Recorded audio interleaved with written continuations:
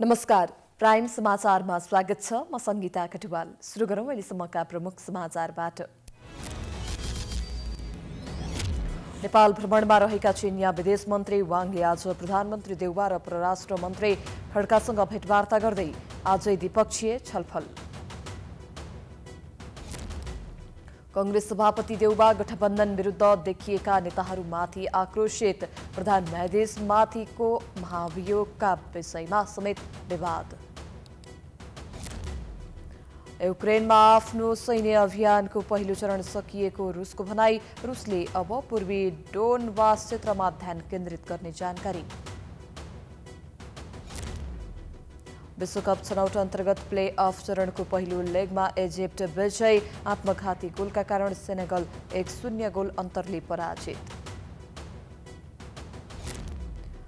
र नेपालले दोस्रो तथा अन्तिम एक दिवसीय क्रिकेटमा आज पपुवा न्युगिनी विरुद्ध खेल्दै श्रृङ्खला बराबरी गर्न नेपाललाई जित्नै पर्ने दबाव।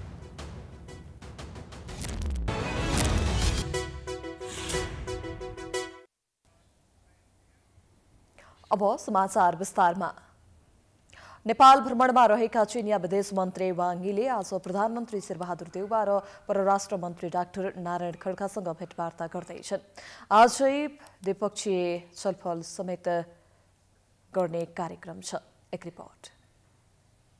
भ्रमणको सिलसिलामा भारतमा रहेका चीनिया विदेश मन्त्री वाङ यी काठमाडौँ आइपुगेका छन्।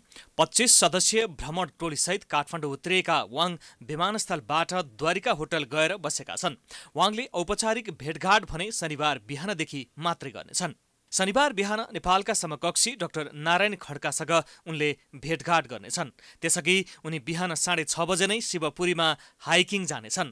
शनिबार दिउँसो प्रधानमन्त्री शेरबहादुर देउवा र आइतबार बिहान राष्ट्रपति विद्यादेवी भण्डारीसँग छलफल गर्ने तय भएको छ। यसका अतिरिक्त उनले राजनैतिक भेटघाट पनि गर्नेछन्।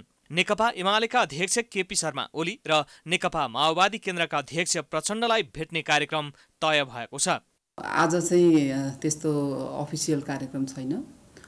भोलि चाहिँ उहाँले आफ्ना समकक्षी सँग त्यो भनेको माननीय परराष्ट्र मन्त्री डाक्टर नारायण खड्काज्यूसँग बायोलेटर अब पहिला 1-2 बनाले कर्सी कल पहिला भेटवार्ता हुन्छ, त्यसपछि बायोलेटरल टक्स हुन्छ।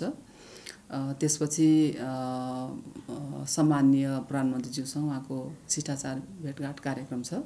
अनि त्यसपछि उहाँको आफ्नो फ्री टाइम पनि आफ्नो प्राइभेट टाइम छ। त्यस बेलामा उहाँको आफ्ना किसिमका कार्यक्रमहरू हुने भए र अनि तेस्रो दिन चाहिँ सम्माननीय राष्ट्रपतिज्यूसँग शिष्टाचार भेटवार्ताको कार्यक्रम छ। पूर्व प्रधानमन्त्री श्री केपी शर्मा ओलीज्यू, त्यसै गरी पुष्पकमल दाहाल प्रचण्डज्यूसँग पनि उहाँले राजनीतिक भेटघाट गर्ने कार्यक्रम छ। बीआरआई सम्झौतामा हस्ताक्षर भए पनि उक्त सम्झौता कार्यान्वयनमा भने गएको छैन। बीआरआई सम्झौता कार्यान्वयन सम्बन्धी सम्झौता एकतर्फी रूपमा मात्रै चलिरहेको केरुङ तातोपानी सीमा नाका सञ्चालन, चीनमा अध्ययनरत नेपाली विद्यार्थीको समस्या समाधान लगायतका झण्डै आधा दर्जन विषयमा छलफल हुने बुझिएको छ। तर आधिकारिक रूपमा परराष्ट्र मन्त्रालयले कुन विषयमा छलफल हुन्छ भनेर जानकारी भने दिएको छैन। हाम्रा अब द्विपक्षीय सम्बन्धलाई घनीभूत बनाउने, मजबुत बनाउने, फराकिलो बनाउने दिशामा हाम्रा जति पनि सवालहरू छन्, हामीलाई प्रेसिङ इस्युजहरू छन्, हामीलाई अथवा चाइनिज साइडमा पनि हाम्रो साइड पनि भएका दुवैपट्टिका साइड हाम्रा उहरूलाई चाहिँ हाम्रा इस्युहरूलाई चाहिँ त्यसलाई कसरी राम्रोसँगले समाधान गर्ने, त्यसको वे आउट निकाल्ने भन्ने नै कुरा हुन्छ। त्यसमा सबै पर्छ। औपचारिक रूपमा छलफलका एजेन्डा सार्वजनिक नगरे पनि परराष्ट्र मन्त्रालयले विभिन्न निकायसँग समन्वय गरी आफूले उठाउने विषयमा पर्याप्त तयारी गरेको जानकारी दिएको छ। अहिले चीनका लागि नेपाली राजदूत खाली छ। केपी ओली नेतृत्वको सरकारले नियुक्त गरेको महेन्द्र बहादुर पाण्डेलाई शेरबहादुर देउवा नेतृत्वको सरकारले फिर्ता बोलाएपछि चीनको राजदूत खाली छ। चीनका लागि नेपालका पूर्व राजदूत राजेश्वर आचार्यले उच्चस्तरीय भ्रमणका बेलामा पनि नेपालले चीनका लागि राजदूत पठाउन नसक्नु कूटनीतिक विफलता भएको बताए। 6-8 महिनादेखि राजदूतै छैन भनेपछि त यो त हेडलेस इन्स्टिट्युसन भयो र अहिले यति हाई लेभलको भिजिट भइराखेको छ। त्यस्तोमा बिना राजदूत नेपालले चाहिँ के कति बुझ्यो होला, के कति त्यसमा चाहिँ होमवर्क गर्न सक्यो होला, के कति फिडब्याक पाउन सक्यो होला चाइनाबाट, मलाई गजब र अचम्म लागिराखेको छ। देउवा सरकार गठन भएपछि पहिलो पटक हुन लागेको महाशक्ति राष्ट्र चीनको उच्च स्तरको भ्रमणलाई चासोको साथ हेरिएको छ। साथै नेपालले संसदबाट एमसीसी पारित गरेपछि र स्थानीय तहको निर्वाचन अघि हुन लागेको यो भ्रमणलाई अर्थपूर्ण मानिएको छ। नेपाली कांग्रेसभित्र निर्वाचनमा गठबन्धन गर्ने विषयमा फरक सुझावहरू आएका छन्। पार्टी कार्यालय सानेपामा बसेको केन्द्रीय समिति बैठकमा चुनावी गठबन्धन गर्ने विषयमा फरक सुझावहरू आएको कांग्रेस प्रवक्ता डाक्टर प्रकाश शरण महतले जानकारी दिए। बैठकमा आवश्यकताको सिद्धान्त अनुसार कतै गठबन्धन गरेर जान हुने, कतै गठबन्धन नगरे पनि फरक नपर्ने भनेर रिपोर्टहरू आएको उनले बताए। सभापति शेरबहादुर देउवाले चुनावमा गठबन्धन लाद्न खोजेको भनेर झुट्टो प्रचार गरिएको महतको भनाइ छ।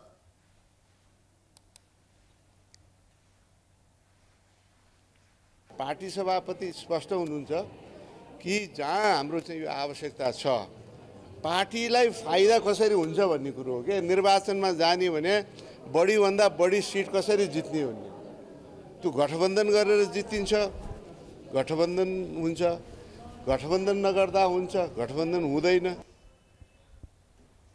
बैठकमा कांग्रेसका प्रदेश सभापति तथा विभिन्न जिल्लाका नेताहरूले चुनावी गठबन्धनको निर्णय नगर्न सुझाव दिएका छन्। जस्तै उदाहरणका लागि 10,000 मत एउटा पालिकामा चाहिँ कांग्रेसको होला, त्यहाँ 1000 मत अर्को पार्टीको छ भने 1000 मतवालालाई त्यो पालिकाको प्रमुख अध्यक्ष दिएर 10,000 मत त्यहाँ खप्लिन सक्दैन नि। त्यसकारण त्यो मतभारका आधारमा पनि गठबन्धन हुनुपर्छ यदि हुने हो भने। होइन भने अहिले हामी गठबन्धन गर्ने सक्ने ठाउँमा छैनौँ भन्ने खालको कुरा छ। हामी यतिखेर पनि कांग्रेस सिङ्गल लडेन भने कहिले लड्ने? नेकपा फुटेको बेला, एमाले पनि फुटेको बेला, त्यसैले सिङ्गल लड्नुपर्छ भन्ने मेरो धारणा नम्बर 1। नम्बर 2, गठबन्धन आफै पवित्र शब्द हो। गठबन्धन, एकता, सहकार्य आफैमा राम्रो र पवित्र हो। तर पवित्र गठबन्धनभित्र अपवित्र स्वार्थहरू मिसिएका छन्, त्यसैले राजनीति बिग्रिएको छ।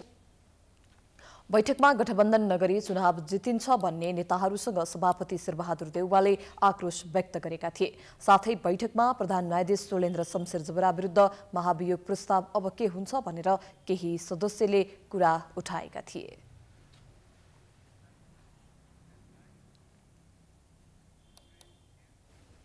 समाचारको सिलसिला जारी छ, हामी विश्रामपछि आउँछौं। समाचारको साथमा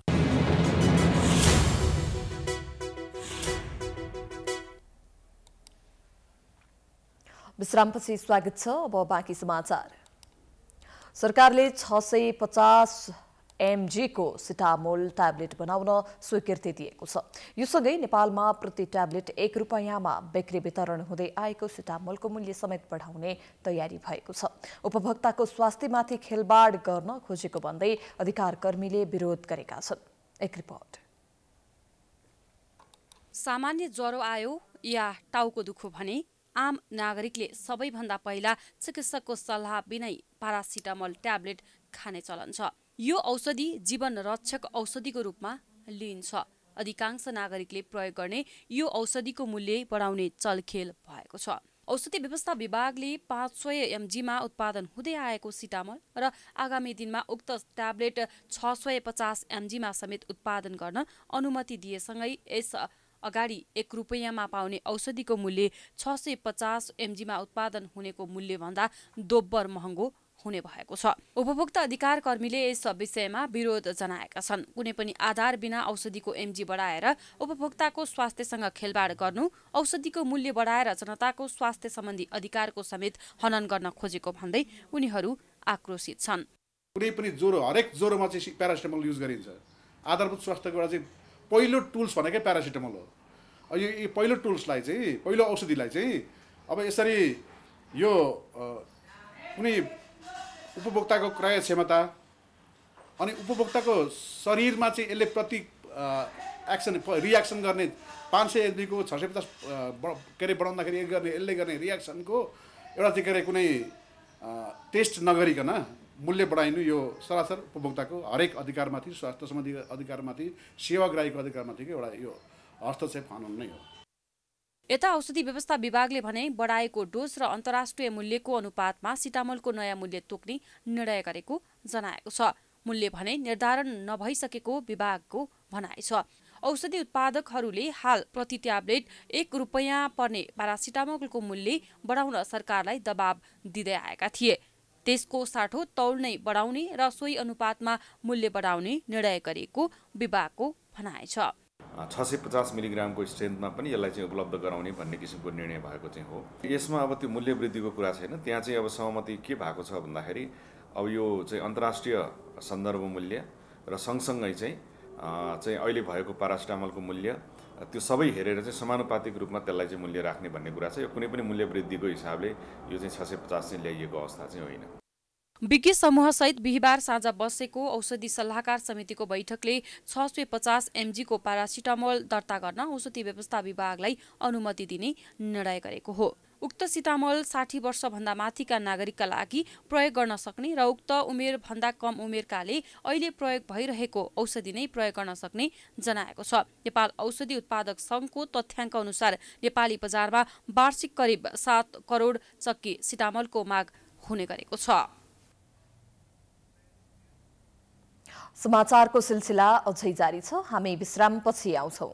बाँकी समाचारको साथमा गर्वैदेखि बलियो भूगर्भ सिमेन्ट मेगा बैंक। विश्रामपछि पुनः स्वागत छ। अब अन्तर्राष्ट्रिय समाचार।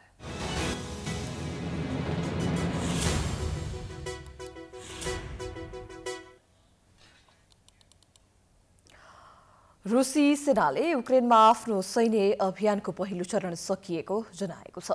रुसले अब पूर्वी डोनबास क्षेत्रमा आफ्ना प्रयासहरू केन्द्रित गर्ने सेनाको भनाइ छ। डोनबास क्षेत्रमा रुस समर्थक 2 राज्य रहेका छन्। पश्चिमी अधिकारीहरूले भने यो घोषणालाई मस्कोलाई आफ्नो युद्ध रणनीति असफल भएको विश्लेषण गरेका छन्। युक्रेनले किभको पूर्वमा केही सहर र रक्षात्मक स्थानहरू पुनः कब्जा गरिरहेको छ। मारिउपोलमा मात्रै 300 भन्दा बढीको ज्यान गएको बताइएको छ। दक्षिण पूर्वी बन्दरगाह सहर ध्वस्त भएको छ भने यसको पुनर्निर्माणमा वर्षौं लाग्ने त्यहाँका मेयरले बताएका छन्। यसैबीच अमेरिकी राष्ट्रपति जो बाइडेन आफ्नो युरोपेली भ्रमण पूरा गर्दै पोल्यान्ड पुगेका छन्। यसअघि अमेरिका र युरोपेली संघले रुसी ऊर्जामा युरोपको निर्भरता घटाउने प्रयासमा ठूलो ग्यास सम्झौताको घोषणा गरेका थिए। अब खेलकुद समाचार।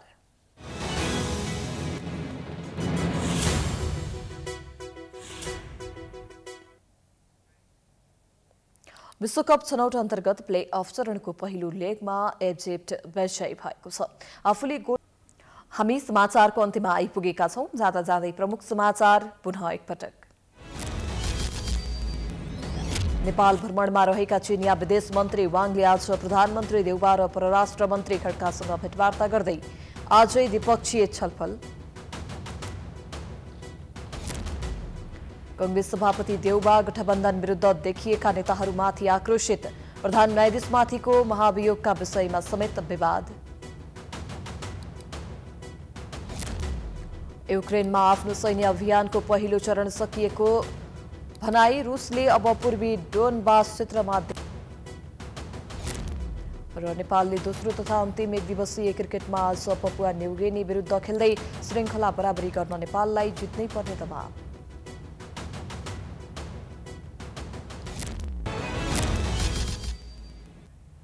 समाचार अहिलेलाई सकियो। हेर्दै गर्नुहोला प्राइम टाइम्स एचडी। नमस्कार।